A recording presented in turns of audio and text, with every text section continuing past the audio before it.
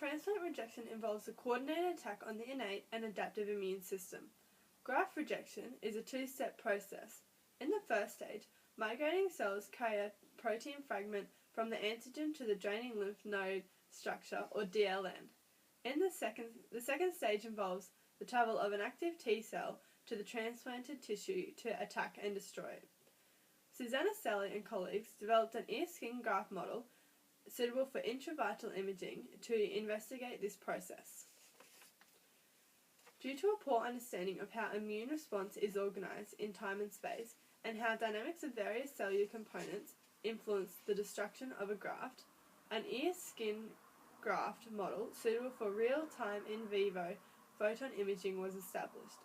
A timeline of results was compiled to show different behaviours witnessed throughout the process. The dermal DCs disappeared from the graft within 3 to 5 days, while the Langerhans cells persisted.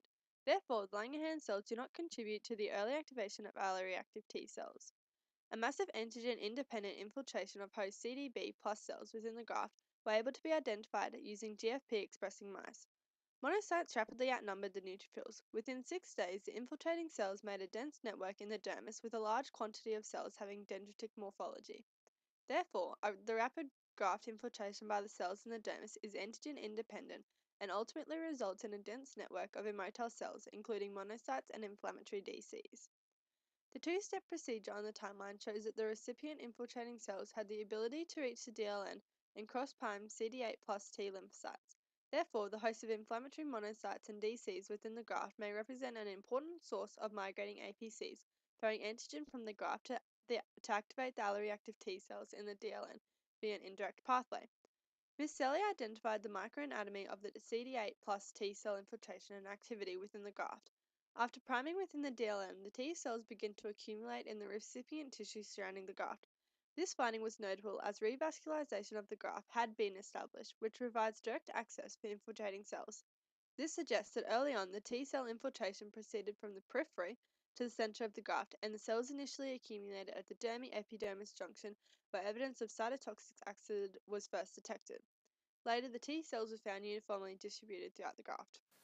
Susanna Selly's article has been cited 29 times according to the Web of Science, which therefore shows that this has had an impact on the growth of this subject. Throughout the paper, the authors show how inflammatory infiltrate in the graft contribute to an indirect pathway of the T cell activation and have uncovered spatial progression of CD8 plus T cell effector activity. This has allowed authors such as Kolarski to research further into their articles, in his case, intravital immunofluorescence for visualizing the microcirculatory and immune microenvironment in the mouse ear dermis.